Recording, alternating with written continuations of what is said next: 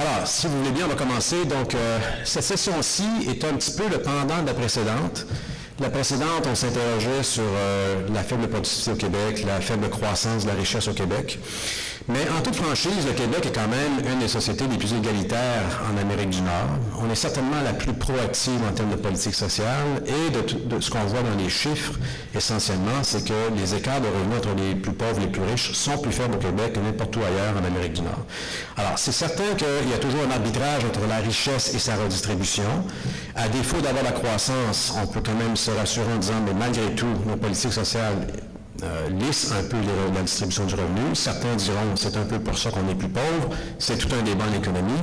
Mais aujourd'hui, on a donc réuni 3 personnes qui vont nous parler. Ce sont des spécialistes de politique sociale, mais également de la mesure de la pauvreté et des politiques de redistribution. Alors, un autre changement de programme, on va commencer par France Saint-Hilaire. Alors, France, je vais vous la présenter. Je la connais de longue date. Alors, France est vice-présidente de l'IRPP. Elle supervise l'ensemble des recherches qui se font à l'Institut de recherche en politique publique de Montréal. Elle a écrit de nombreuses monographies, de nombreux articles, et en particulier un livre qui a fait beaucoup de bruit ces derniers temps, c'est Income Inequality, The Canadian Story. Alors, ça fait beaucoup de bruit à travers le Canada, et ça continue à le faire. Donc, c'est une œuvre collective avec plusieurs auteurs qui retrace la distribution et l'évolution de la distribution de revenus au Canada. Elle a écrit une autre monographie, Northern Exposure, People's Powers, Prospects in Canada's North. A Canadian Priorities Agenda, Policy Changes to Improve Economic and Social Well-Being, Money, Politics and Healthcare, Restructuring the Federal-Provincial Partnership, etc., etc., etc. Alors, c'est une auteure prolifique qui a été chercheuse à l'Institute for Policy Analysis à l'Université de Toronto et au département, elle a été chercheuse au département de l'Université de Western Ontario. Elle détient un diplôme d'études supérieures en économie de l'Université de Montréal. Alors, France va venir nous faire un tableau d'ensemble de la distribution des problèmes de répartition du revenu au Canada. Et ensuite, on aura 2 présentations plus spécifiques, mais France va vraiment mettre la table pour les 2 prochains présentateurs. Alors, France, si tu veux bien.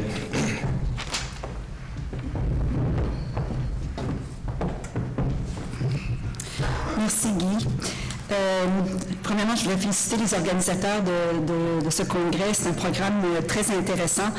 Vous allez trouver que par rapport à la session précédente, on va avoir complètement un changement de poste dans cette session-ci. On parlait de la création de la richesse auparavant. Maintenant, on va parler du partage de la richesse. Peut-être dans un colloque à venir, on pourra parler des 2 en même temps. Ça, ce serait, je pense, un beau défi à se poser comme économiste parce que c'est ce qu'il faut qu'on réussisse à créer et à partager la richesse.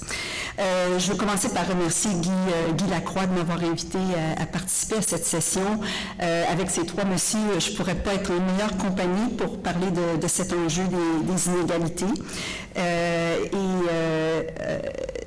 je pense qu'il est intéressant de regarder comment est-ce que la question des inégalités en est venue sur le radar. Je pense que... attendez. Alors, sur la scène internationale, c'est clair que la crise économique et financière de 2008, c'est elle qui a mis en lumière la progression rapide des inégalités de revenus et en a fait une préoccupation du public et des décideurs. C'est à ce moment-là qu'on a vu surgir le mouvement Occupy et son slogan « Nous sommes le 99%» et il faut le faire pour des ouvrages d'économistes et une brique comme Piketty sont devenus des best-sellers, c'est du jamais vu. L'OCDE, en 2008, a lancé l'alerte contre la hausse généralisée des inégalités de revenus et ses effets néfastes pour la cohésion sociale, la stabilité politique et la croissance économique à long terme.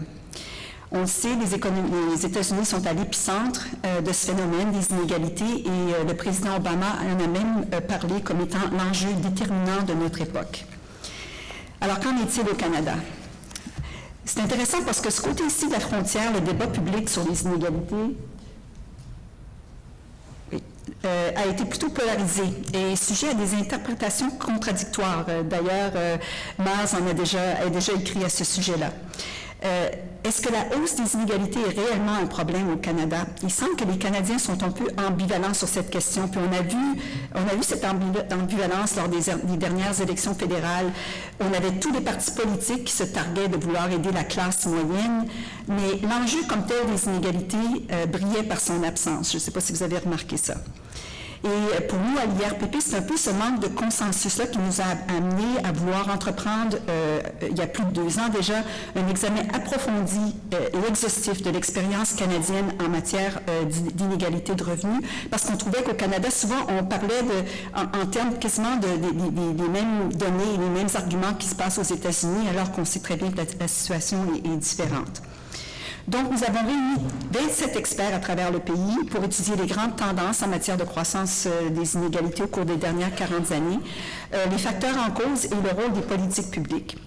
Dans ma présentation, je vais essayer de vous faire un bref survol de nos résultats et de nos principales conclusions. Alors, le punchline, oui, les inégalités de revenus ont augmenté de façon importante au Canada depuis le début des années 80. Le coefficient de Gini du revenu du marché, la ligne du haut, a augmenté de 22% entre 1980 et 2010. Quand on parle du coefficient de Gini, c'est un petit peu comme le débat sur les changements climatiques. Un changement de 1 degré fait une grosse différence. C'est un indicateur qui ne bouge pas facilement, alors il faut vraiment se préoccuper de ce genre de changement. On peut voir la progression graduelle des inégalités au cours de cette période. Il y a eu des hausses importantes en période de récession, naturellement, mais même si on a eu une légère diminution après la récession des années 80, après celle de 90, les inégalités de revenus ont continué d'augmenter de plus belle et se sont stabilisées au cours des années 2000.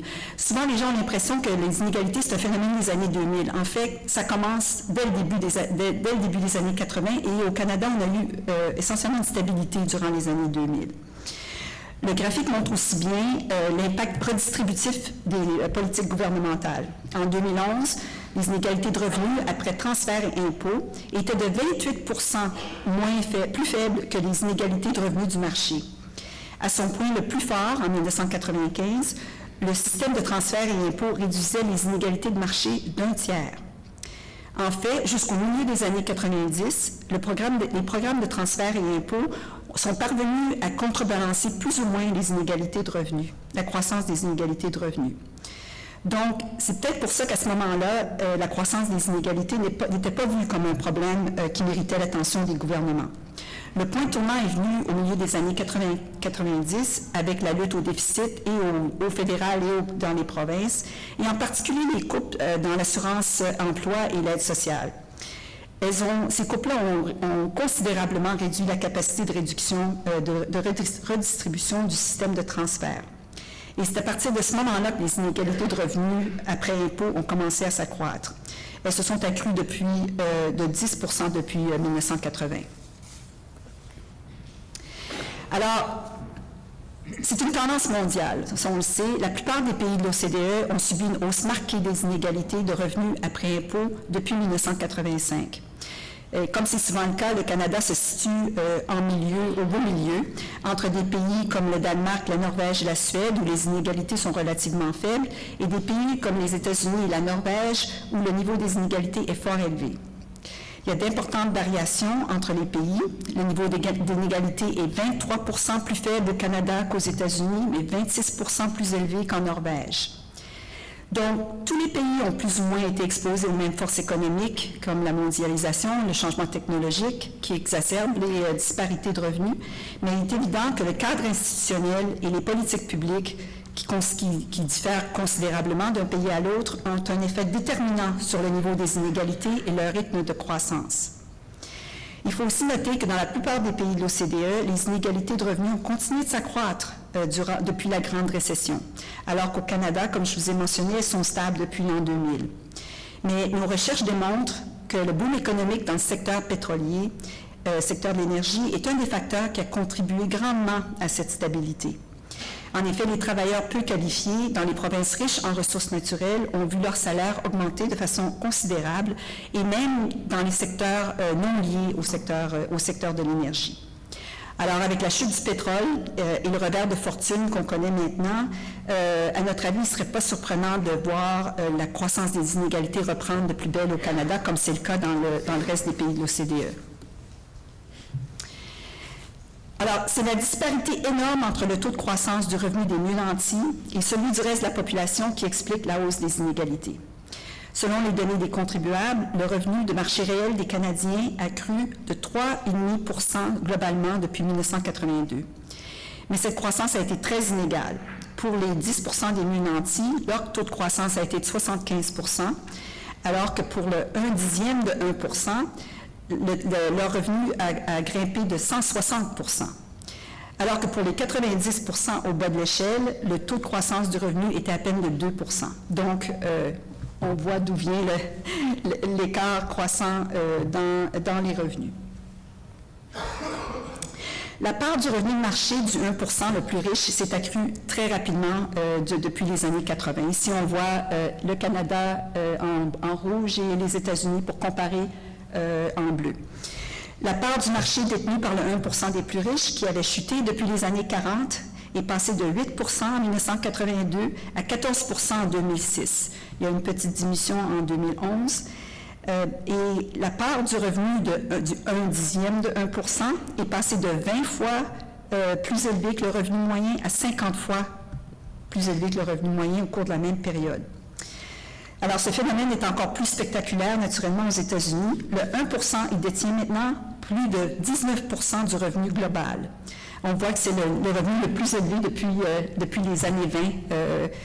Qu'est-ce qu'on appelle what is it, the 20s? The Roaring 20s, yes. Mais selon une étude récente par Michael Wolfson et Michael Beale, l'écart entre le Canada et les États-Unis en termes de la part de revenus du 1% est peut-être moins qu'on pense quand on prend en considération les différences dans la façon de déclarer les impôts entre le Canada et les États-Unis, particulièrement là, en termes des sociétés privées.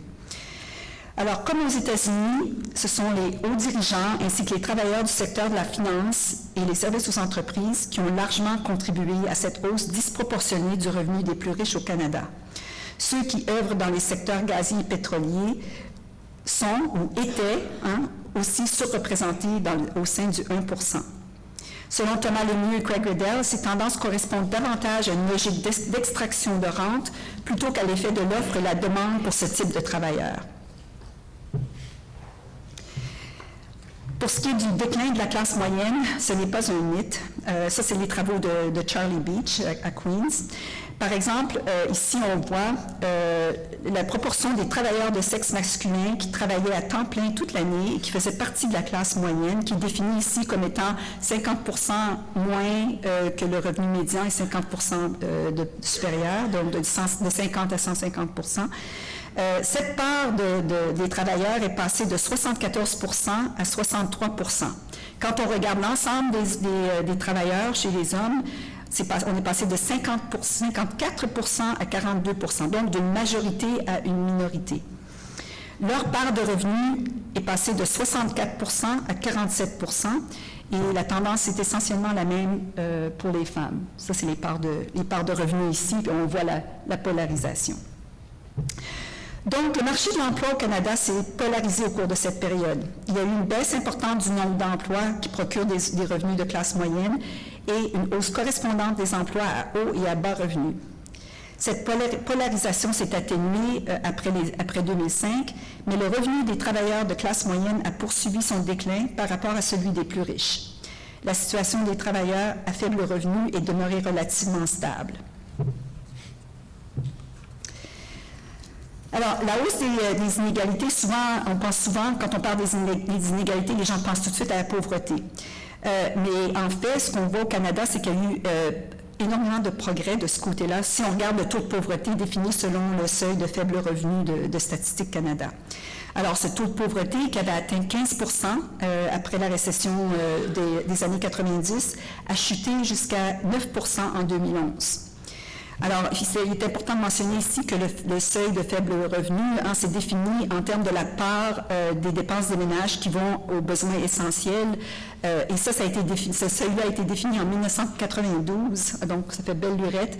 Et même si c'est indexé annuellement, il y a lieu de se demander si c'est encore vraiment la mesure pertinente. Quant au taux de pauvreté relatif au revenu médian, celui-ci est demeuré plus ou moins stable, comme on peut le voir, là, autour de 12-13% depuis 1996. En d'autres mots, la croissance des ménages les moins nantis ressemble à celui du ménage médian et leur niveau de vie n'a pas tellement progressé. Alors, au-delà de la hausse des inégalités de revenus, on doit se soucier de la mobilité sociale, c'est-à-dire la probabilité que les individus puissent améliorer leur sort et celui de leurs enfants. Cependant, les résultats de nouvelles études indiquent qu'il y a une diminution de la mobilité des revenus sur l'échelle de la mobilité des individus sur l'échelle de revenus au Canada.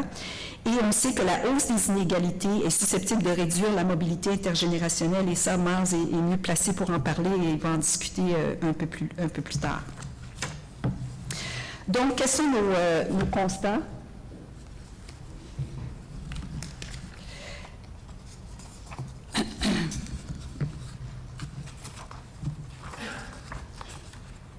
Je m'excuse. Alors, il y a eu une hausse importante des inégalités de revenus au Canada au cours des dernières 35 années, qui est due principalement à la concentration de la richesse chez les plus riches et la faible croissance du revenu de la classe moyenne et des moins nantis. La situation a été plus ou moins stable au cours des années 2000, mais ça a été dû à l'expansion du secteur énergétique et on doit se demander quel sera l'impact du recul actuel. Et on doit aussi se préoccuper que le niveau élevé des inégalités actuelles peut avoir un effet néfaste sur la mobilité du revenu et la mobilité intergénérationnelle. Et ça a des impacts à long terme qui ont même des répercussions pour la croissance économique. Et par-dessus tout ça, la capacité de redistribution des programmes de transfert et impôts est amoindrie depuis les années 90. Donc, la prochaine question, c'est quel est le rôle pour les politiques publiques? Dans nos travaux, on en arrive à la conclusion. J'ai co-dirigé ce projet avec Craig Riddell et David Green de UBC. Et notre conclusion, on était d'accord avec celle de l'OCDE qui dit, bon, il faut reconnaître que la hausse des inégalités fait partie intégrante de nos structures économiques. Donc, pour renverser la tendance qui est établie depuis le début des années 80, il va falloir prendre des changements d'ordre, entrevoir des changements d'ordre structurel.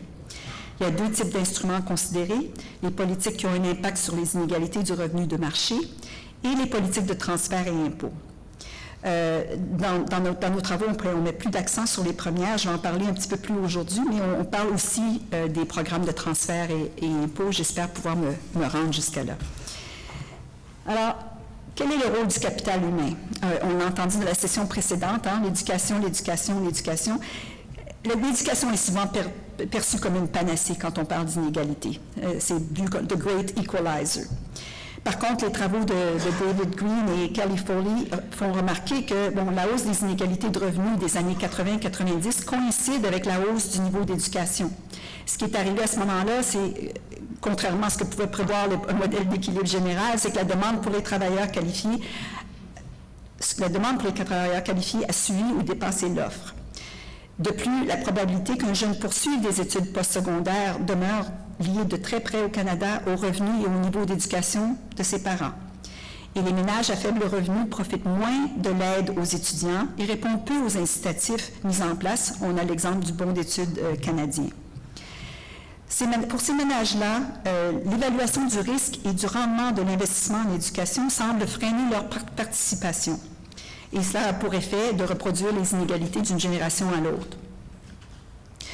Donc, renforcer les politiques déjà existantes au niveau universitaire et collégial ou pour les apprentis ne serait pas la solution et pourrait même aggraver la situation. Les politiques d'éducation, s'il est clair, ont un rôle très important à jouer dans l'évolution à long terme des inégalités de revenus. Mais pour vraiment avoir un impact, les nouvelles politiques devront mieux cibler les familles à faible revenu.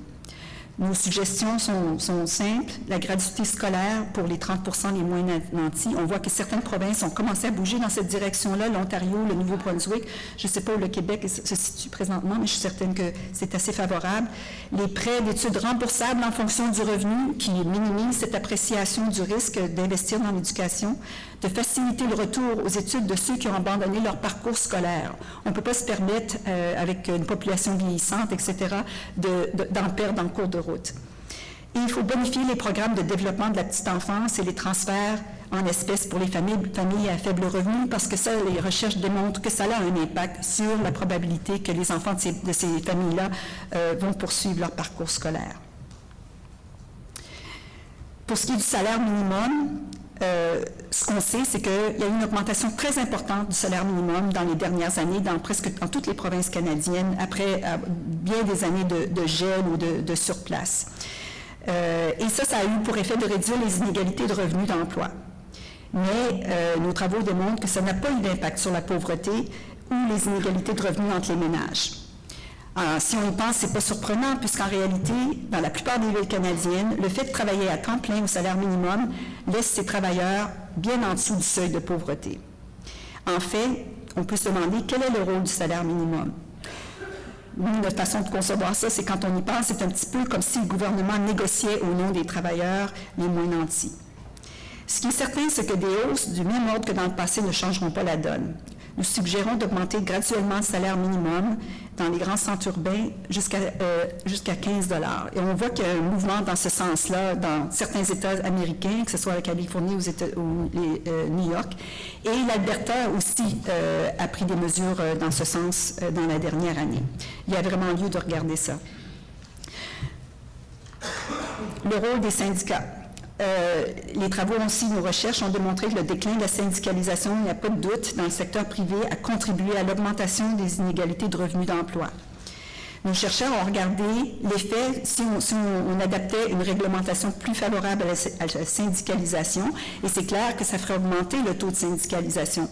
Cependant, l'impact sur les inégalités serait plutôt faible. Et la raison pour ça, c'est la situation actuelle de la syndicalisation au Canada. Seulement 17% des travailleurs du secteur privé sont syndiqués, contre 75% du secteur public.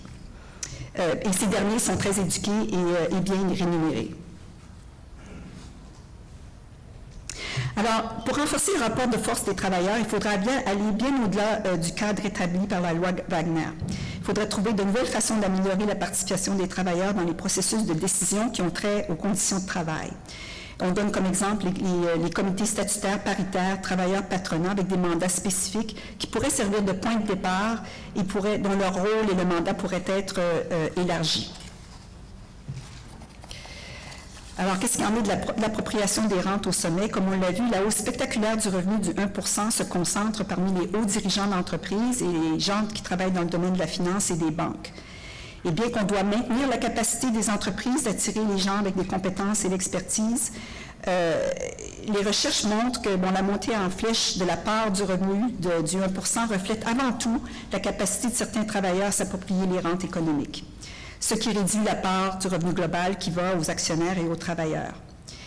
À notre avis, il est temps de regarder de près les pratiques de rémunération des hauts dirigeants et la gouvernance des entreprises qui sont au cœur de cet enjeu. Je pense que je vais manquer de temps. Hein? Oui, je conclure. Alors, c'est ça, je n'aurai pas le temps de vous parler des programmes de transfert. J'avais juste quelques autres pages, là, mais pour ce qui est des programmes de transfert, on parle beaucoup des prestations pour le revenu d'emploi qui sont une approche très intéressante, utilisée beaucoup plus aux États-Unis qu'au Royaume-Uni, qu'au Canada, et aussi le concept de revenu minimum garanti qui est à examiner parce qu'on doit revoir notre système de soutien du revenu, l'aide sociale, l'assurance chômage pour les besoins d'aujourd'hui. Et pour ce qui est de taxer le 1%, je vais vous laisser aller voir dans le livre qu'est-ce qu'on en dit. Je vais sauter tout de suite aux conclusions. Alors, tout simplement pour répéter, la tendance à la hausse des inégalités des inégalités de revenus au Canada date du début des années 80. Les causes font partie intégrante de nos fondements économiques et le creusement de ces disparités a des répercussions sociales, politiques et économiques duquel on doit se préoccuper. Et pour renverser cette tendance, il va falloir des changements structurels. Alors, je pense qu'il est temps de s'y mettre. Et on m'a dit que je pouvais faire un petit peu la publicité de mon livre, mais j'ai décidé de laisser parler notre meilleur porte-parole, Joe Stiglitz, qui a accepté de signer l'endos de notre livre. Alors, merci pour votre attention. Le livre, là, je vais laisser les gens le lire.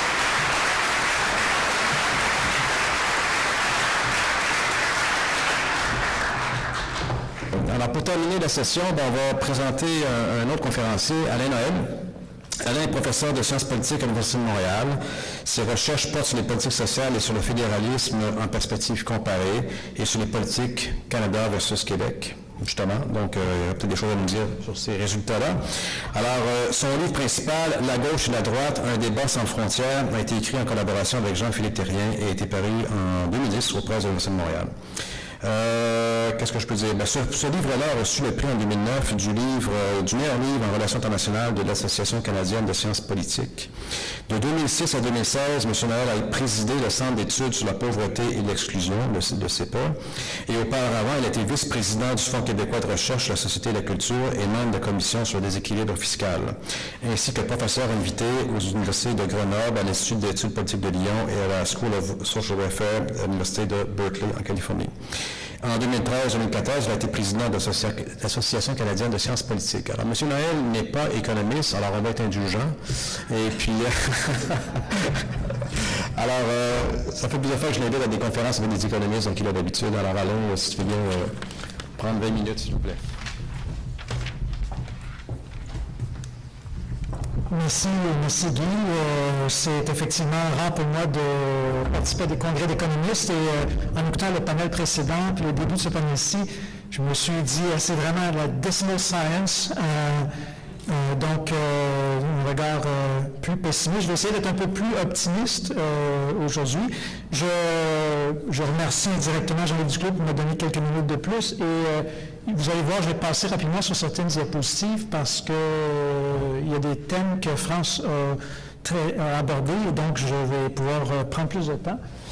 La diapositive que vous avez devant vous, j'ai mis une photo de la rentrée de cet automne, une photo, c'est un peu par hasard en fait que j'avais mis cette photo, mais ça tombe bien compte tenu de ce qu'on a entendu jusqu'à maintenant. Une photo de parents qui, à la rentrée ou au mois d'octobre cet automne, manifestaient devant les écoles primaires, il y en a eu à Québec, à Montréal, un peu partout, pour défendre l'école publique. Et je trouve ça intéressant de voir qu'on a aujourd'hui, presque tous les conférenciers ont parlé de l'importance de l'éducation. Il a été mentionné également que les Québécois seraient indifférents par rapport à l'éducation. Or, en tout cas, ce mouvement-là qu'on a vu cet automne nous suggère le contraire. Moi, je poserais le problème différemment. Je pense que les Québécois sont en fait très préoccupés par l'éducation, pas nécessairement plus que les autres, mais autant de leurs enfants. Et d'ailleurs, une très grande proportion des Québécois acceptent de payer pour envoyer leurs enfants à l'école secondaire ou privée, donc paient un extra pour ce qui, presque partout ailleurs dans les pays riches, est gratuit. Ça m'a frappé que dans la conversation qu'on a eue jusqu'à maintenant, on n'a pas traité de cette question-là, qui est une question taboue à peu près au Québec. On a parlé du décrochage, on a parlé du fait que le décrochage est plus important dans les quartiers pauvres, mais, et on sait que le décrochage, ça se passe au secondaire, mais on n'aborde presque jamais le fait que notre système d'éducation secondaire est très exceptionnel au Québec et fait en sorte que une grande partie des familles de la classe moyenne envoient leurs enfants à l'école privée, ce qui laisse les écoles publiques dans une situation moins avantageuse. Donc ça, dans le fond, c'est la question que j'aurais posée pour le panel précédent si on avait eu le temps. Mais ça m'amène, je parle de ça parce que c'est une dimension du modèle québécois qu'on n'aborde pas souvent, cette question du privé dans l'éducation secondaire. Donc, je partais du mois d'octobre, manifestation de parents. Au mois de novembre, Carlos Etao fait une mise au point économique et financière, une mise à jour, et souligne explicitement il n'y a pas eu de démolition du modèle québécois. Évidemment, le placer dans ces termes-là, d'abord, ça suggère qu'il y avait soupçon. Donc, si le ministre des Finances a pris le temps de mentionner la chose, c'est qu'il y a plusieurs personnes qui le croyaient.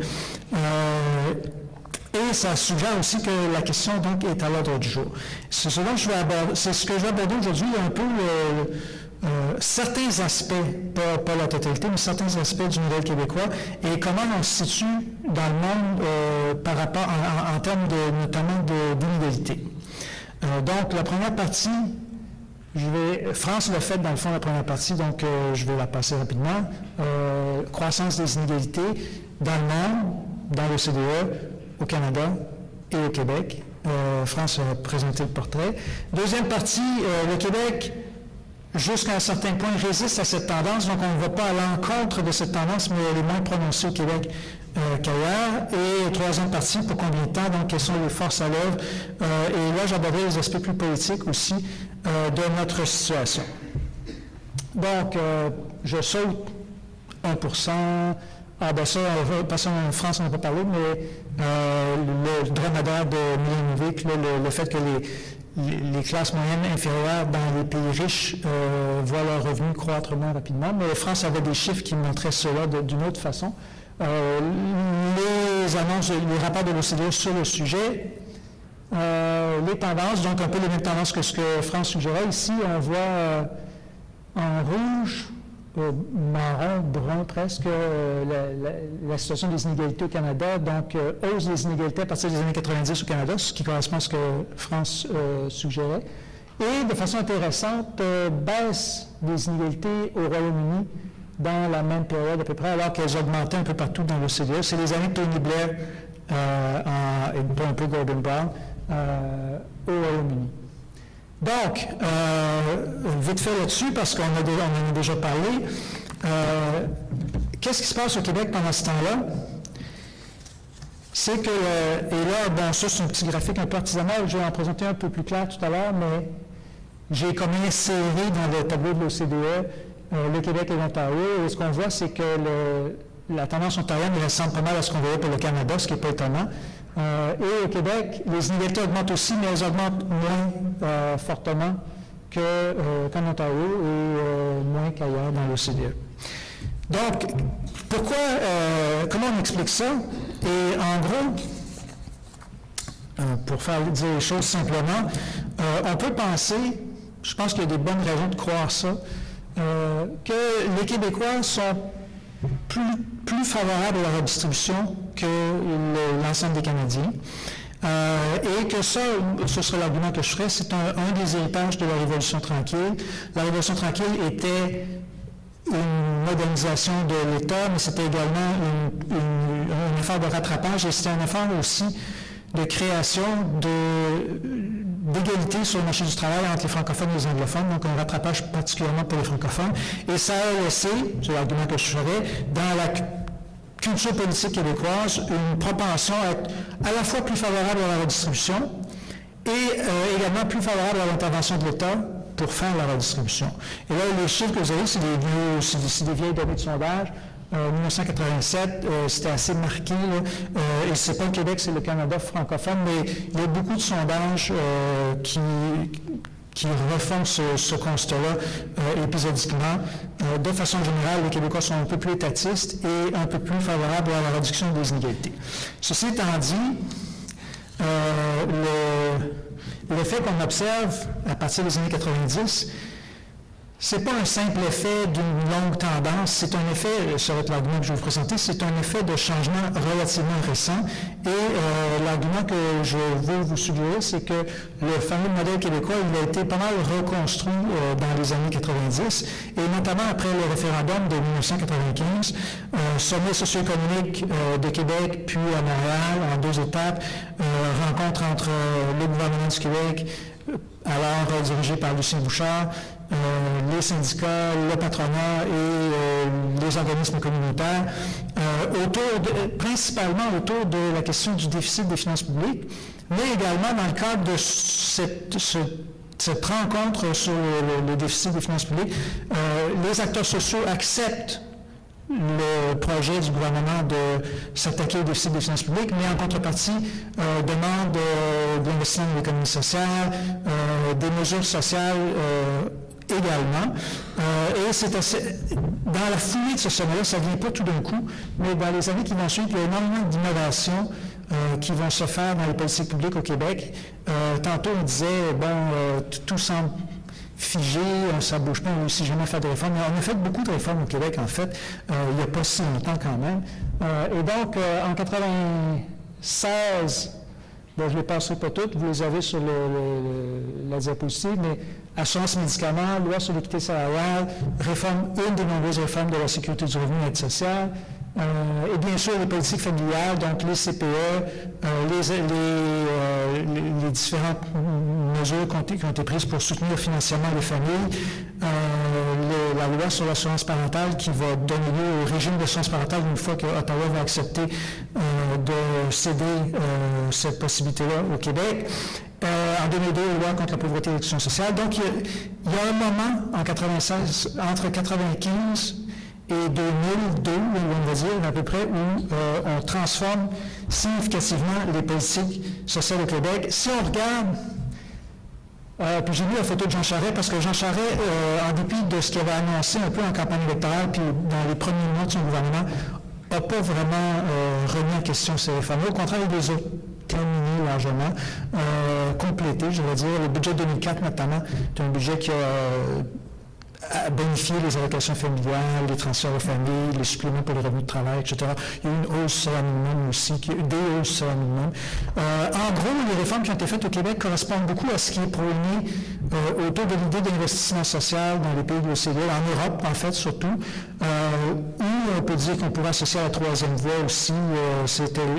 J'ai appelé ça la troisième voie avant la lettre. Donc, c'est pas une remise en question de l'État-providence, mais une réforme de l'État-providence pour répondre notamment, pas uniquement, mais notamment aux défis que pose l'arrivée massive des femmes sur le marché du travail et les demandes qui sont associées à cette arrivée, c'est-à-dire des demandes pour faciliter la conciliation travail-famille, des réformes qui correspondent aussi à ce qu'on sait maintenant sur l'importance de la petite enfance dans le passé de l'État-providence, si on veut. On se disait, dans le fond, il s'agit de donner l'école, d'offrir l'éducation à l'école à tous les enfants, puis on va créer des conditions idéales. On sait maintenant que ça commence dans la petite enfance, peut-être même avant la petite enfance. Et donc, les CPE sont aussi construites dans cette logique-là. Maintenant, donc, un train de réforme qui se fait en quelques années. Après, ça se calme un peu après 2004. Et qui font une différence. Et là, on a vu beaucoup de choses qu'on fait mal au Québec, là, puis tantôt on disait, la comparaison avec l'Ontario, ça vaut ce que ça vaut, parce que ça va si bien que ça en Ontario. Mais l'Ontario, c'est quand même notre référence, c'est notre most similar system, c'est le point de référence politique, mais le point de comparaison logique aussi, dans le fond, pour le Québec. Donc, quelques graphiques, place en service de garde réglementé, augmentation significative au Québec, le Québec en bleu, l'Ontario en rouge. Donc, augmentation notoire au Québec. Cette augmentation-là sera encore plus prononcée si on tient compte des services de garde en milieu scolaire, ce qui n'est pas pris en compte dans le graphique.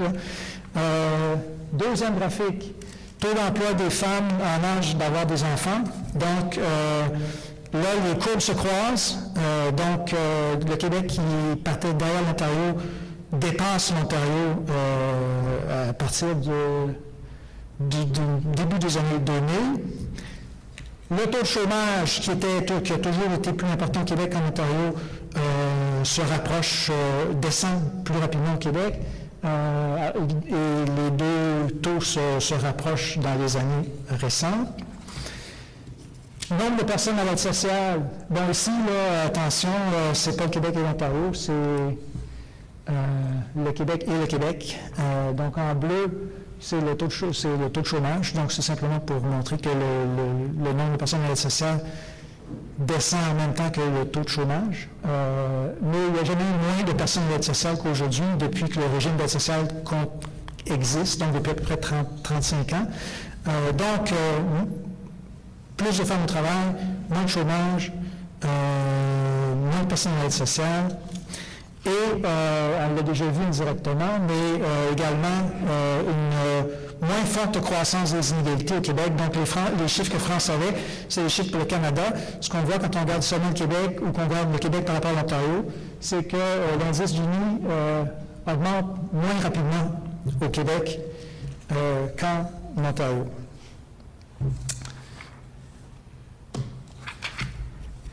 Et finalement, une question qui m'a beaucoup préoccupé dans les années récentes, il y a deux histoires dans ce graphique-là. Je vais vous conter l'histoire numéro 1, puis je compterai l'histoire numéro 2 un petit peu plus loin.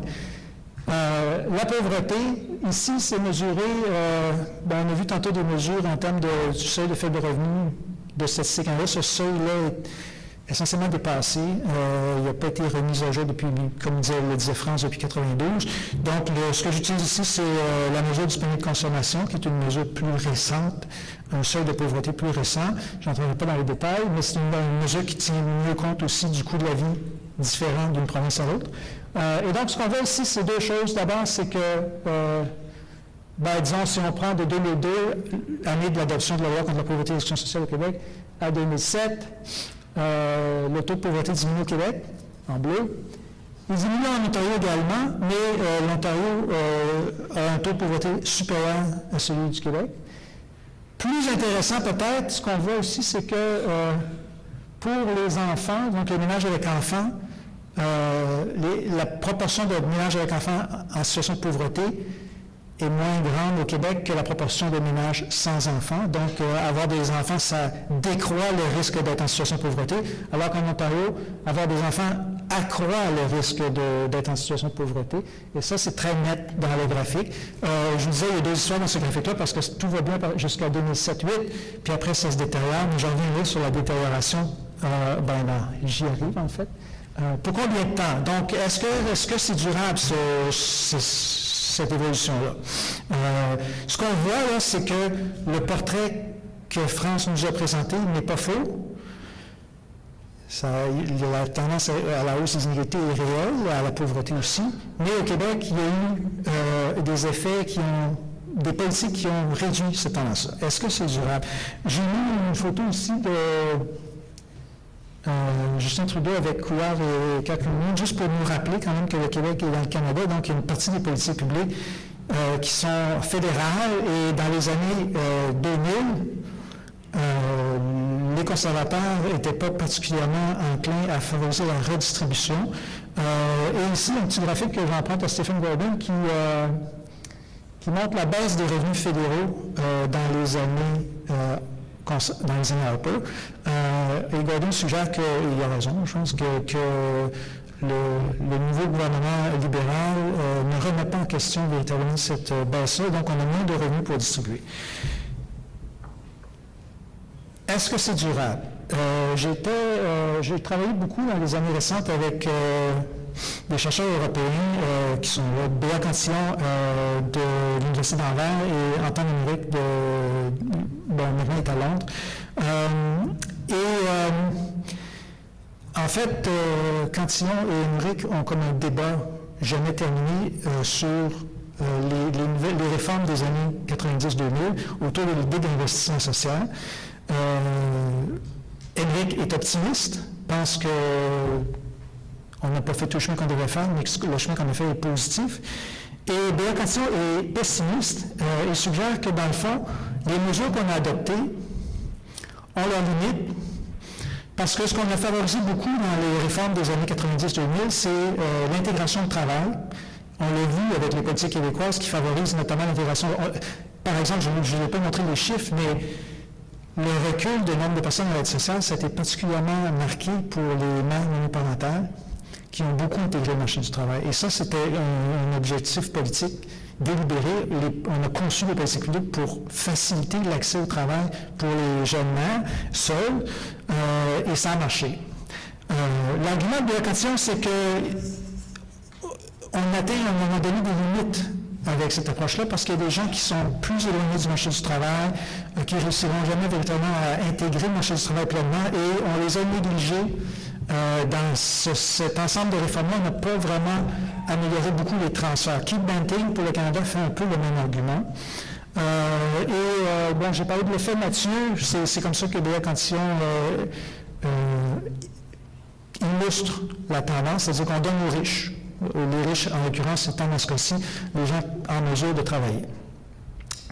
Dans les travaux que j'ai faits avec l'équipe de Cantillon et Émeric, j'ai mis une photo, c'est l'étudiante Fanny Bussière avec qui j'ai fait cette recherche-là. On a fait des simulations de cas type, un peu souvent un modèle européen. D'ailleurs, mes données, vous êtes loin pour les voir de toute façon, mais c'est en euros constant de 2012. Des revenus de différents types de ménages québécois en 95, 2007 et 2012 pour voir comment ça évolue.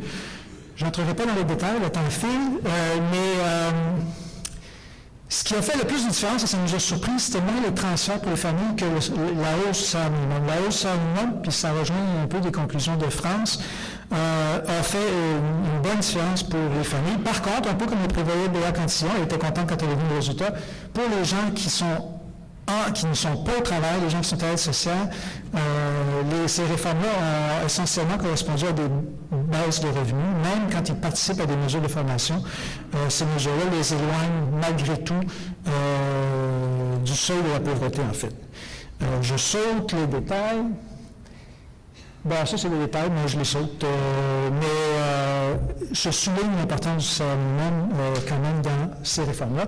Je soulignerai aussi le fait que l'engagement qu'on a eu envers l'activation, par exemple, a été incertain. Ici, vous avez les dépenses d'activation de Emploi Québec, l'évolution en dollars constants dans la période de 1998 à 2014, et on voit que ça fléchit à un moment donné. Et là, ça m'amène à ma dernière minute. Il me reste une minute, c'est ça?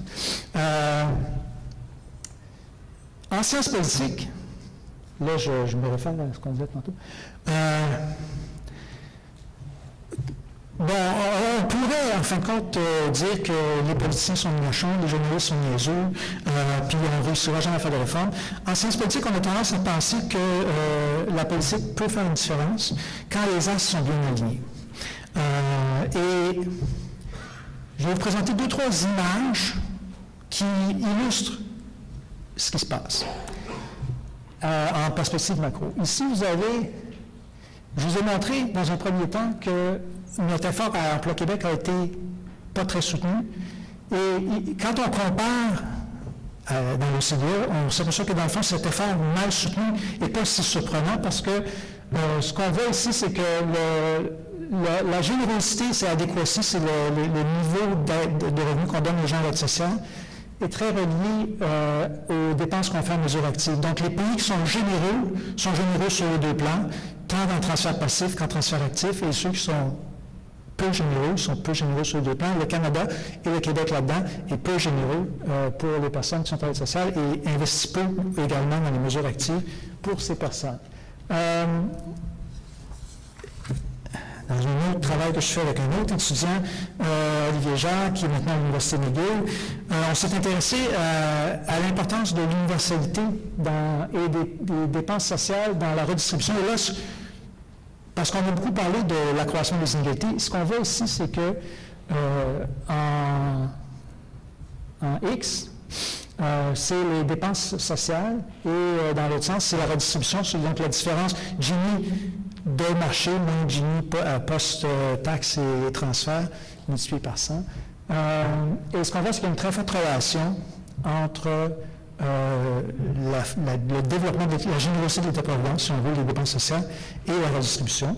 On pourrait s'y attendre, mais c'est important de s'en rappeler. Et il y a également une très forte relation entre l'universalité, le caractère général, inclusif des programmes sociaux et la redistribution. Ça, c'est une conclusion plus controversée. Il y a une sorte de débat actuellement chez les gens qui font ici les politiques sociales quant à l'importance de l'universalité versus la sélectivité. Ce qu'on trouve, Olivier et moi, c'est que l'universalité est encore un facteur important dans la redistribution. Par ailleurs, et là, je n'ai pas le temps de... Oh ben tiens, je vais juste vous montrer ça. Je l'ai fait pour les provinces canadiennes et je l'ai fait pour les pays de l'OCDE. C'est plus clair pour les provinces canadiennes, mais je me suis intéressé au déterminant des revenus d'aide sociale. Et ce qu'on trouve, et ça nous amène à une autre remarque, conclusion de France qui disait les syndicats, l'impact du syndicalisme a ses limites parce qu'il n'y a pas tant de gens qui sont syndiqués. Ce qu'on trouve, c'est que la force syndicale influence même les revenus d'aide sociale. Donc, c'est les gens qui sont les plus loin, dans le fond, du syndiqué protégé avec la convention collective, les assistés sociaux, bénéficient d'être dans un pays ou une province où les syndicats sont forts. Je conclue. Le contexte politique importe également beaucoup, et je vais finir avec ça. Ce qu'on sait que dans les pays de l'OCDE, le centre-gauche classique, si on veut, social-démocrate, travailliste en Angleterre, perd du terrain au départ d'une multitude d'autres partis. Parti vert, parti de gauche plus radical, on le voit en Espagne par exemple avec Podemos. Et donc les assises politiques de la redistribution sont plus fragiles aujourd'hui qu'elles l'étaient il y a 15 ou 20 ans. Et je ferai l'argument qu'au Québec, c'est un peu la même chose. C'est un graphique que j'emprunte à David Beaupicard, qui travaille maintenant à l'IAPP, qui montre que le Parti québécois est en relatif déclin par rapport, on sait ça, par rapport à Québec solidaire, mais c'est une tendance qui n'est pas propre au Québec. Et donc, ça veut dire, et c'est ma vraie conclusion, que rien n'est acquis. Il y a des progrès qui ont été faits dans les années 90-2000, mais ils sont fragiles. Et c'est ça la deuxième partie de mon histoire sur cette diapositive-là, c'est la dernière. À partir de 2008, on perd du terrain. On perd du terrain en ce qui concerne la pauvreté par rapport aux gains qui ont été faits entre 2002 et 2008. Il y a plusieurs explications possibles. Je ne sais pas, je ne connais pas la réponse. Une réponse, c'est l'effet de la récession de la crise financière de 2008, mais j'ai des doutes quant à ça, parce que le chômage n'a pas augmenté tant que ça. Une explication, c'est celle de Béat Cantillon, c'est que jusqu'à un certain point, l'emploi n'est pas toute la solution pour la pauvreté. Une autre explication plus intrigante que les chercheurs européens ont avancée, c'est que les gains qu'on pouvait faire en termes de redistribution par l'arrivée des femmes sur le marché du travail a favorisé une meilleure redistribution du revenu, a sorti beaucoup de femmes, notamment de la pauvreté. Ces gains-là sont un peu épuisés. Maintenant, on est rendu à peu près à la situation, à l'équilibre. L'autre possibilité, c'est que le rythme des innovations n'a pas été soutenu. Donc, on a fait une série d'innovations dans les années 90, puis on a arrêté. Et même, on a un peu reculé, je pense. J'ai commencé avec ça, j'ai fini avec ça. Maintenant, quand on va se faire, si vous avez à fréquenter le système de santé, vous savez qu'il faut souvent payer. Et donc, il y a des reculs quand même qui sont en train de se produire. Quoi qu'il en soit, il y a raison de, puis là, j'ai parlé de la dismissance, il y a raison de s'inquiéter. Merci.